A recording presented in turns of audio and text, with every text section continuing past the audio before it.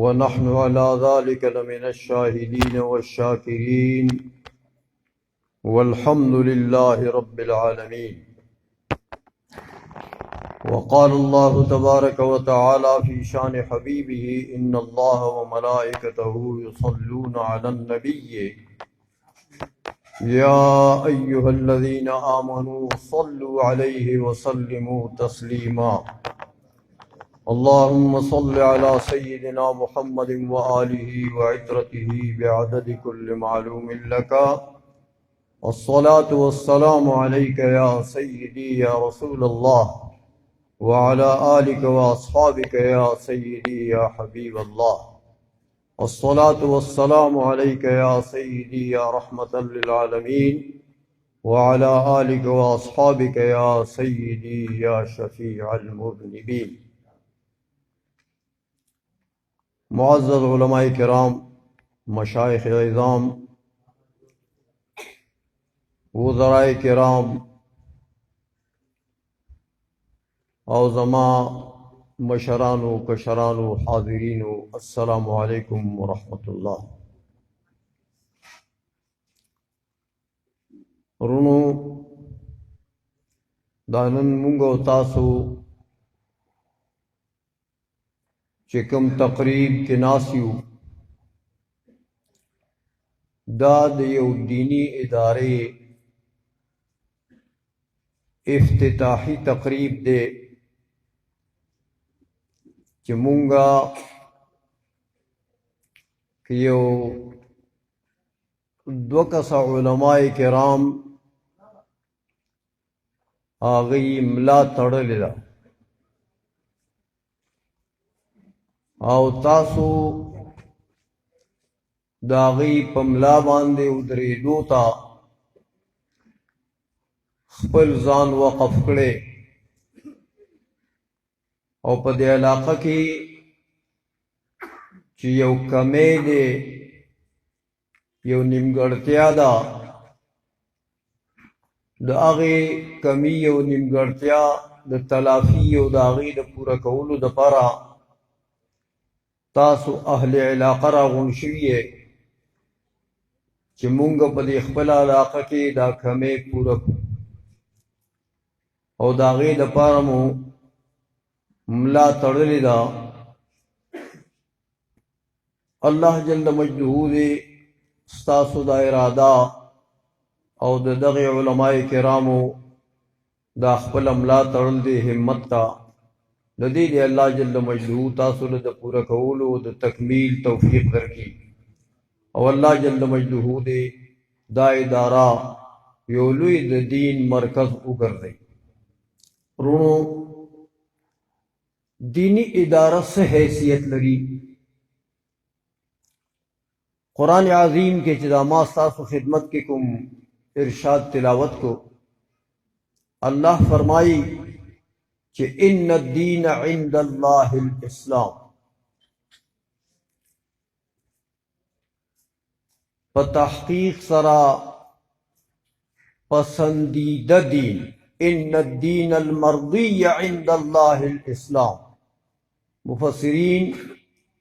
دا اسلام موصوف دے او مرضی صفت ور سرا مقدر دے.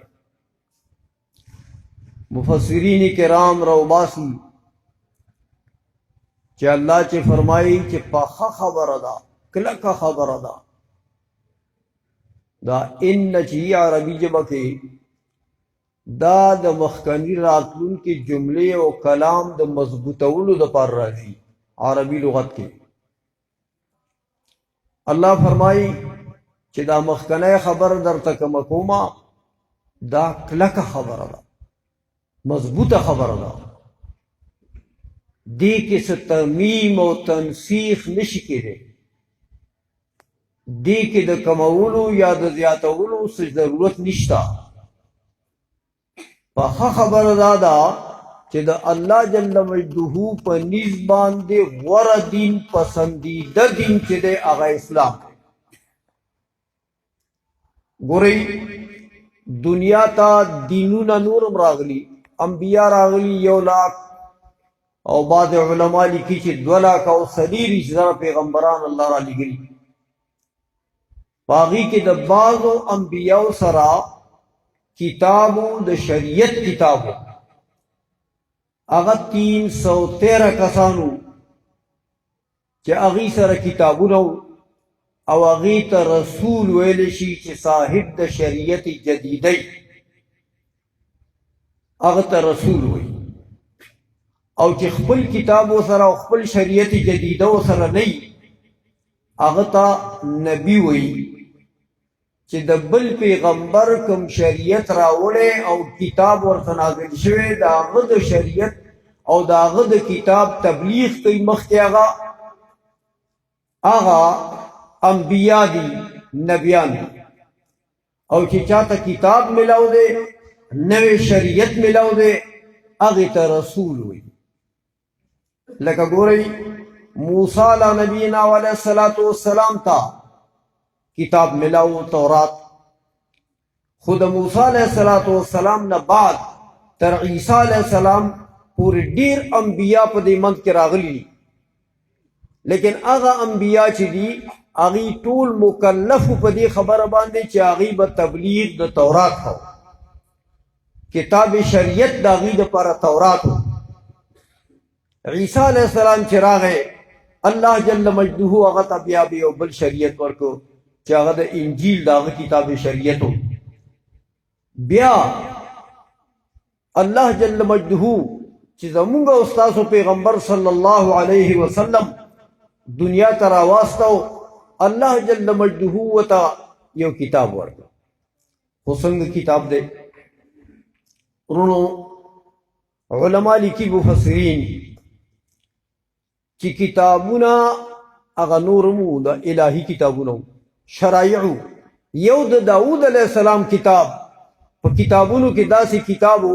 چې هغه کې تشریعي کتاب نو هغې کې وعظ و نصیحت و د خیرخواهۍ خبرې وې پکې لیکن شریعت نو د داود علیه السلام دپاره هم شریعت تورات و تشریعي کتابونه چې دي په هغې کې قرآن عظیم الله جل مجده چې زمونږه او ستاسو پیغمبر ته ورکړی د دې کتاب څه حیثیت دی وخت ډېر مختصر دی ارمان دی چې ما سره وخوئ چې ما تاسو ته د قرآن عظیم یو حیثیت ښوولی وي خو مختصرو الفاظو کې درته لږ غوندې عرض کومه رونو څومره کتابونه آدم علیه السلام ته الله جل مجده کتابونه ورکړي صحیفې ورته وایي دا واړه واړه کتابونه د صحیفو په شکل کې الله جل مجده آدم علیه السلام ته هم ورکړي حضرت شیس علیه السلام ته هم ورکړي او داسې حضرت ابراهیم علیه السلام ته هم ورکړي نور ډیرو انبیاو ته صحائف ورکړي واړه کتابونه خو دا څلور کتابونه چې وو دا غټ کتابونه وو په دې څلورو کتابونو کې او د آدم علیه السلام نه راواخلئ چې څومره صحائف ملو شوي هغه ته د هغې وخت نه راواخلئ تر د عیسی علیه السلام پورې چې څومره شریعتونه راغلي څومره کتابونه راغلي په هغه تمامو کتابونو کې چې د دې امت دپاره کوم احکام زیات نافعو او د دې امت دپاره کوم زیات مناسب احکامو دا هغه ټولو کتابونو هغه مجموعات د قرآن عظیم په شکل کې الله جل مجده د حضور علیه السلام په برکت باندې مونږ او تاسو ته راکړی داسې وګڼئ لکه چې د انساني تاریخ د هدایاتو کتابونه د انساني تاریخ د هدایاتو کتابونه ټول را جمع شو قرآن عظیم ته جوړ کو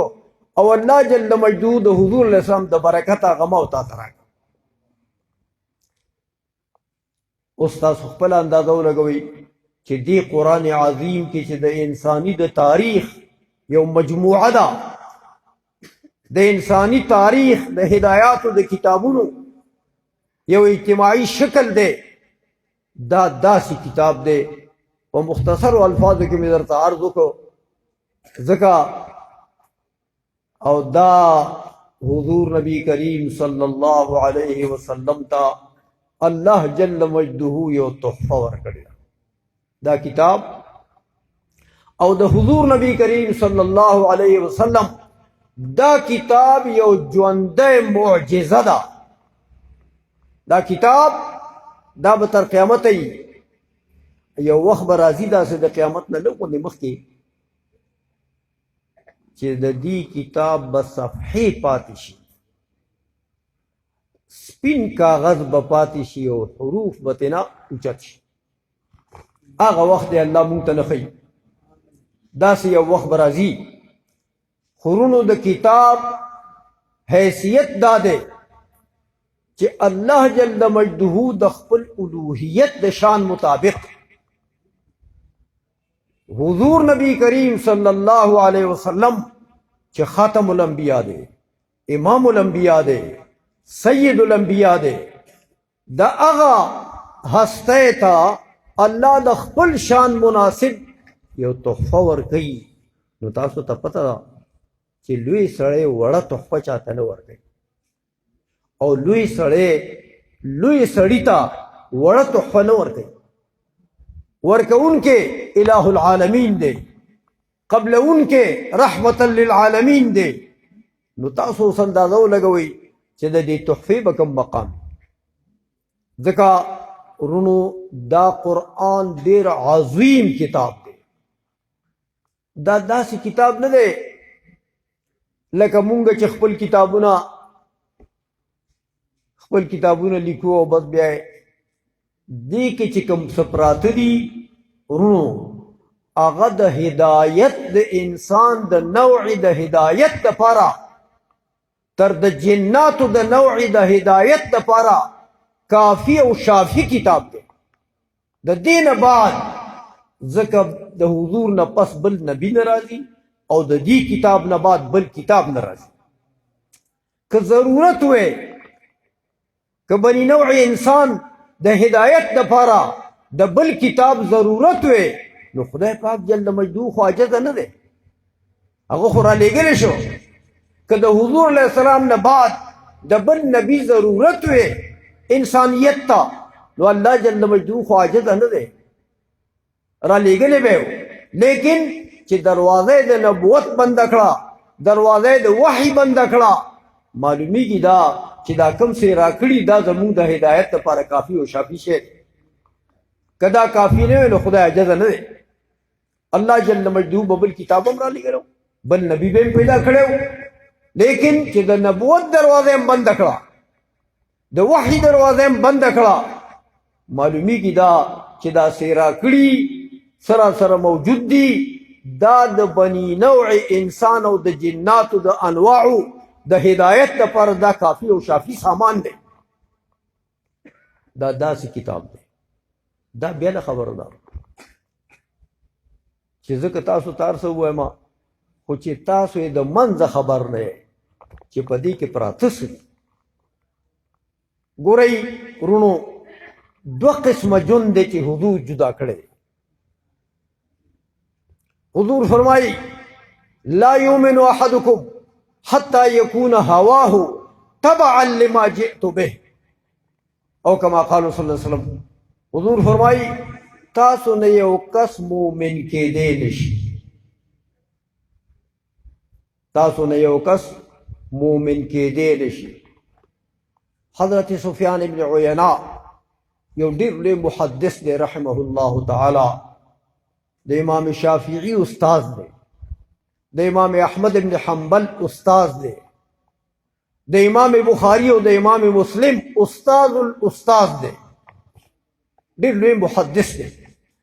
ډېر لوی سړی دی. هغه وی د لا یؤمن احدکم ترجمه به دا نه کوي چې ستاسو نه یو کس کامل مومن کېدی نشي، نه،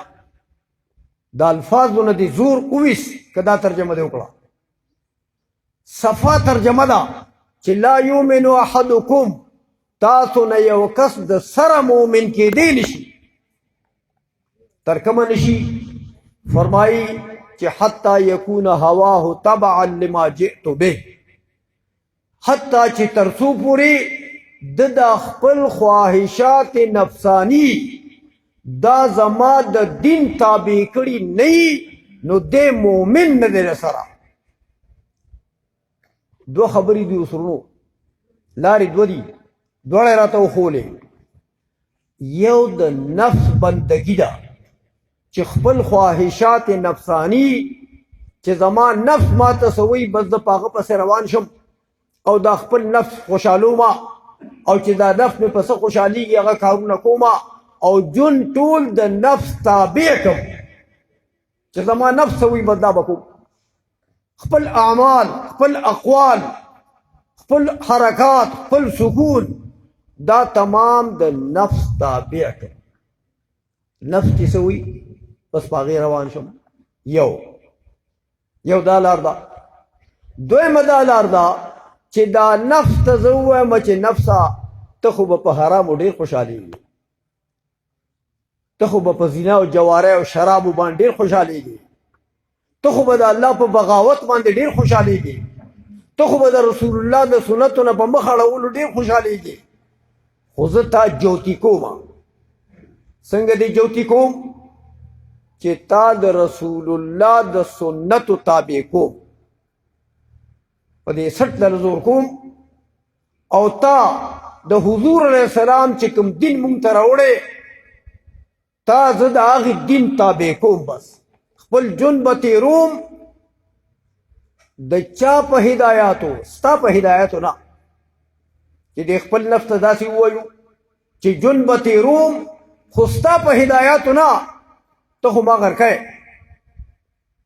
د چا په هدایاتو د رسول کریم صلی الله علیه وسلم په هدایاتو د قرآن په هدایاتو ورونو اوس دا دوه لارې دي یا به مونږ ژوند تېرو د نفس په اتباع کې نفسانی خواهشات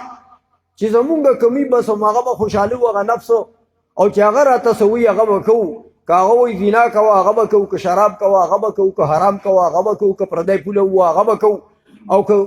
ملاوټ کوه هغه به کوو او که قتل کوه هغه به کوو که دروغ وایه هغه به کوو که چغلي وایه هغه به کوو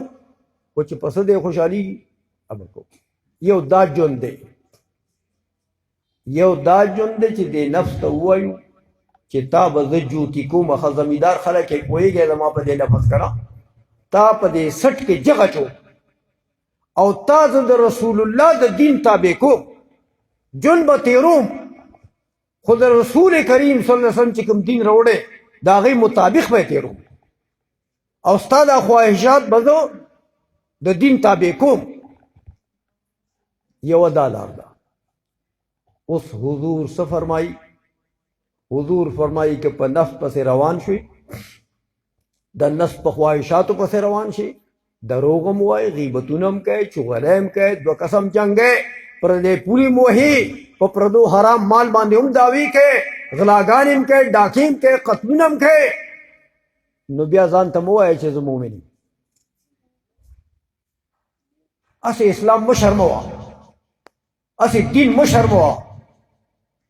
د دین په جامه باندې بیا ستا دا ژوند تور داغ دی بیا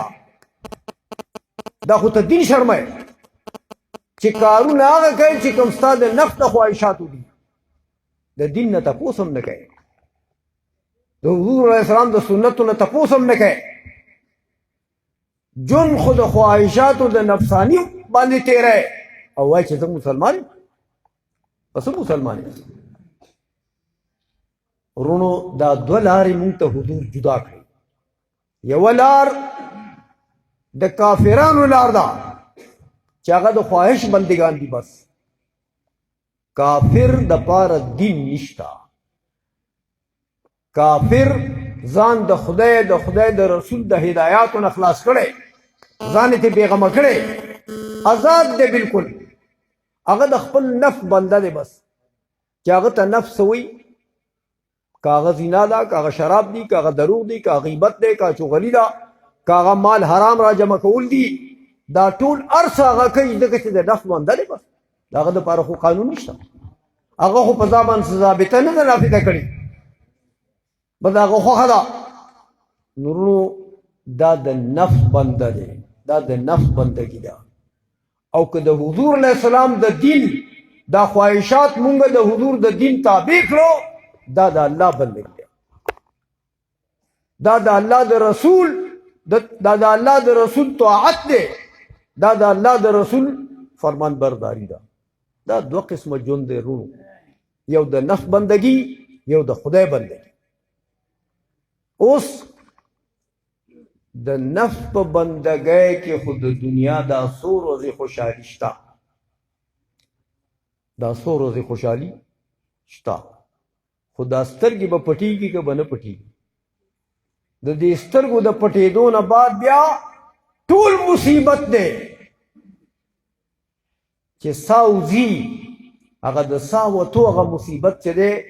هغه که درته ووایم، یو عالم دی الانسان الکامل یو کتاب لیکلی، هغه لیکي چې د زنکدن په دې وخت کې په حقیقت کې څومره تکلیفي بنده ته. فرمایي چې یو مثال در کومه، خو دا مثال هم کم دی په هغې باندې. فرمایي دومره تکلیفي لکه چې د ژوندي ګډوري نه سرمن راکاږي او راوباسي. اوس ما ته وایه چې په دې ژوندي ګډوري نه چې سرمن تاسو راوباسئ، د ژوندي ګډوري ته به څومره تکلیف. فرمایي دا ناقص مثال دی، کامل مثال نه دی، ځکه چې دا روح د انسان په دننه اندامونو کې دننه هم ننوتی. دا چې عزرائیل علیه السلام راوباسي د یو کافر نه، د یو بېدینه نه راوباسي، نو هغه د زړه نه هم راوباسي، ورنه د جګر نه هم راوباسي، د لیور نه هم راوباسي، د تمامو اندامونو نه راوباسي. دا سرمن خو د ګډوري یوازې په برنۍ سطح باندې دی که نه، دا خو د هغې نه راکاږی تاسو ته، د دننه نه خو څه شی نه راکاږی که نه. عزرائیل علیه السلام د دننه نه هم راوباسي، راکاږي او د بار هم راکاږي. ورو دا د زنکدن تکلیف دی، خو دا د چا دپاره دی چې چا د حضور نبي کریم صلی الله علیه وسلم کلمه نه وي، دا تکلیف دی. او چې د حضور نبی کریم صلی الله علیه وسلم کلمه ووایي، د حضور علیه السلام د دین تابع شي، د حضور علیه السلام غلام شي، د حضور علیه السلام متبع شي، په سنتو کې دننه ژوند کېږي. د هغه دپاره حضور فرمایي چې څنګه چلی. فرمایي داسې مثال ورکوي، وایي دا داسې چلی لکه یو مسافر چې په ټرین سټیشن کې ناست وي، بستره تړلي، په هغې کې نیولي بستره، او د ټرین په انتظار کې چې دا ټرین به کله راځي، چې څنګه دا ټرین راشي دې دستی کې ورځاږي ورته. دا روح د مسلمان په بدن کې دقسې د مرګ په انتظار د عزرائیل علیه السلام په انتظار باندې ناست، چې دا عزرائیل علیه السلام به کله راځي، چې دا اشاره وکړي او زه وردانګم بس. ځکه د مسلمان مرګ کې تکلیف نه هغه ته په زنکدن کې چې دی خو اصلا مخکې نه تیار دی، زه خو به ځم د دې دنیا نه که نه، ته خو ډډه نه لګولې دلته دلته خدای په دې دنیا کې په دې تمه نه دی ناست چې بس دا به یي که خیر یو او زه به یم او دا غلاګانې به م کوم او ډاکې به م کوم او مال به م جمع کوم او حرام او حلال به م جمع کوم او بس دلته به یم او ځم نه، په دې تمه خو نه دی که نه. ده خو ځان د تصور جوړ کړی چې زه خو به ځم، د حضور علیه السلام په اتباع کې ژوند تېر کړی، د ده دا تصور دی چې بس زه خو عزرائیل علیه السلام راتلونکی دی او بس زه به وردانګم. نو روح یې دا ځای ناست وي، خو چې څنګه عزرائیل علیه السلام راځي وردانګي، هېڅ تکلیف ورته نه وي. ورو په زنکدن کې بیا تکلیف نشته، په قبر کې تکلیف نشته. قبر کې چې دا مسلمان دا جوابونه ورکړي، دا غتلي سوالونه علما تاسو ته بیان کړي، فرشتې ورته وایي نم که نومة العروس، سمله اوس د راحت ځای ته راغلی، د دنیا د هغه غمونو نه، د پسخاکونو نه، د هغه اندېښنو نه خلاص شي، بلکل د راحت او د آرام ځای ته راغلی. اوس سمله په راحت باندې، په آرام باندې. حضور فرمایي د جنت قالیلو ته وغوړولی شي، فرش د جنت فرش ورته وغوړولی شي، د جنت جامې جوړه ورته ور واچولی شي، جنت طرف ته کړکۍ کولاو شي، او هغه خپل ځای په جنت کې چې د کوم محل الله دله تیار کړی هغه ورته وښیي چې دې ته ګوره دا ستا محل دی. قیامت کې چې حساب کتاب تا سره وشي، معامله فیصله شي، الله جل مجدو تا د پر دا محل مقرر کړی، ته به دې له ځې. بیا اخوارونو ټوله خوشحالي ده، خو صرف په دې دنیا کې تکلیف دا دی چې مونږ د حضور نبی کریم صلی الله علیه وسلم راوړی دین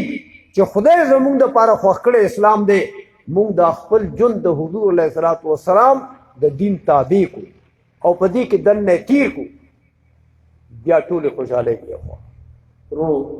خو دا خوشحالۍ به مونږ ته ملاویږي په څه شي؟ ما تاسو ته عرض وکړو چې د دین تابع شو، او دین تابع کیږو به کله عمل فرع د علم ده، چې اول درته د دین علمي بیا به ځان تابع کوې که نه. نو که ته د دین نه خبر نه یې نو ځان به یې څه تابع کړي؟ نو پخپله هم دا مدرسه تاسو جوړه کړه، پخپله هم په دې کې دین زده کړئ. ګورئ حدیث دی، حضور فرمایي اطلب العلم من المهد الى اللحد، دا علم دین طلب کړئ، په دې علم دین باندې ځان پوه کړئ، د پنګوړي نه د زانګونه والا ستا په قبر کې د څملاستو پورې تا سره ټایم دی. علم دین زده کړه، علم دین باندې ځان پوه کړه او بیا په هغې باندې عمل وکړه. نورونو دا مدرسه چې تاسو جوړوئ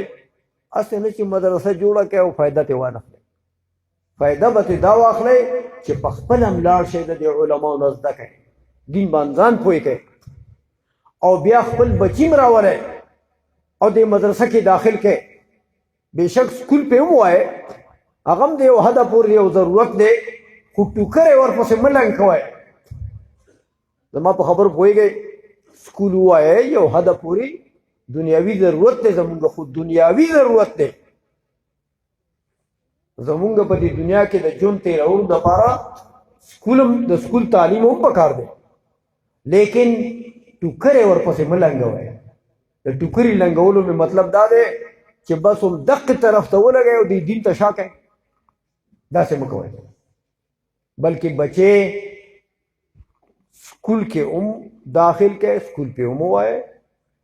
دا جدید علوم چې کوم دي دا هم زمونږ پکار دي، دا هم د امت مسلمه دپاره ضروري دي، لیکن دې سره دین ته شا کوئ ما،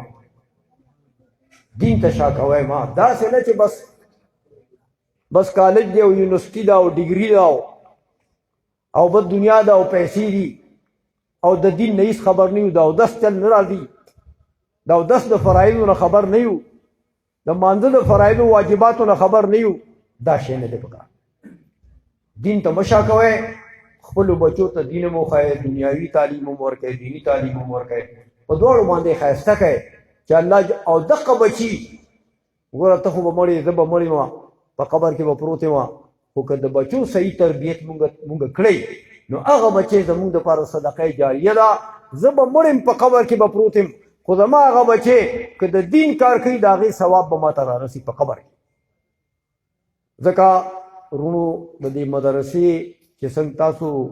نیت کړی دی او څنګه تاسو اراده کړې ده جوړولو، الله دې ستاسو دا اراده هم تکمیل ته ورسوي او خدای پاک دې پکې برکت هم واچوي او الله دې ورته اسباب هم برابر کړي. زما نه مخکې شاروم باچا جړه وکړه چې زمونږ په ملک کې هر څه شته، د کرکټرانو دپاره بجټ شته، د حکومت په خزانه کې هر څه شته، خو د دین دپاره هېڅ نشته. د دین دپاره دین بیا مونږ او تاسو ته حواله دی. خو یاره زه یو خبره کومه کله کله چې زمونږ دا پاکستانی قوم دی که نه، په رب باور وکړه دا ډېر بادر قوم دی، په ورکړو کې هم بادران دي، په نیکو کې هم بادران دي. مونږ په تاسو باندې یقین وکړئ چې فخر کوو. ګورئ ځکه دا دوه کسان عالمان دي، ملا یې وتړله چې مونږ مدرسه جوړوو، که تاسو ورسره امداد ونه کوئ نو دوی به یوه خښته کېښودی شي، ستاسو نه بغیر نشي کوئ. تاسو د دې وزرې یې وزرې لکه د مارغه دپاره چې دا وزرې ضرور دي، که دا وزرې ورپورني دی نشي الوتی. د عالم په شا باندې که قوم نه وي دی هېڅ هم نشي کوی. ځکه ورونو تاسو د دې وزرې یئ او زه کله کله دا خبره کوم چې دا پاکستانی قوم څومره بادر قوم دی چې دین د مسلمان بنیادی ضرورت دی. حلال حرام پیژندل دا د مسلمان معاشري بنیادی ضرورت دی.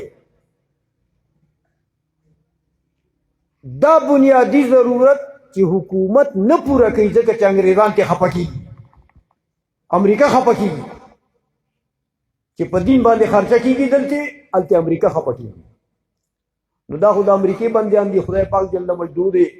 هغه امریکا هم تباه کړي او ورسره دې دا ملګري هم خدای تباه کړي. خو تاسو ته عرض کوم، ستاسو ته شاباسي درکوم، د پاکستاني قوم ته شاباسي دا ورکوم چې زمونږ په دې پاکستان کې په لکونو تعداد کې مدرسې، په لکونو تعداد کې، او بعضې مدرسې داسې دي چې د هغې بجټ کروڑونو نه واوړي اربونو ته رسي. په کال کې چې د هغې کومه خرچه ده هغه په کروڑونو کې او په اربونو کې ده. او ورونو که ټول راغونډ کوي د ټولو مدرسو خرچه او بجټ، نو زما خیال دا دی چې که د پاکستان د بجټ برابر نه نو کم به هم ډیر نه، او دا ټول خرچ دا قوم په خپل زکات او په خپل خیرات باندې پوره کوي. نو دا قوم بادر قوم نه دی چې کوم کار حکومت نشي کوي، حکومت نه کوي. ولې نشي کوي؟ خو نه کوي. هغه کار هغه ضرورت دا قوم پوره کوي. الله جل مجدود زموږ دا قوم ډیر په دې خپل بادرۍ کې ساتي، او د دې په دې مال او برکت او اولاد کې او مال کې دی تعالی ډیر برکتونه واچي چې دې د خپل دین راټینګ کړي، او د دې خپل دین د مدرسې چې دي دا ژوندی ساتلي دي، او دا چې دی نو په دې باندې خرچیم کوي، په دې باندې صدقې هم ورکوي، خیراتونه هم کوي، او په دې باندې خرچیم کوي، بلډینګونه هم جوړوي، ورله کمرې هم ورله جوړوي، تمام کار ورله کوي. خدای پاک جل مجدود دې ټولو دا صدقات جاریه قبول کړي، او الله جل مجدود موږ له نور هم توفیق راکړي چې نور مدرسې هم کلاو کړو، چې د دین نه کوم خلک ناواقفه دي چې د دین معرفت او د دین علم هغې ته ورسوو. وصلی الله تعالی علی حبیبه سیدنا محمد وآله وصحبه اجمعین برحمتک یا ارحم الراحمین.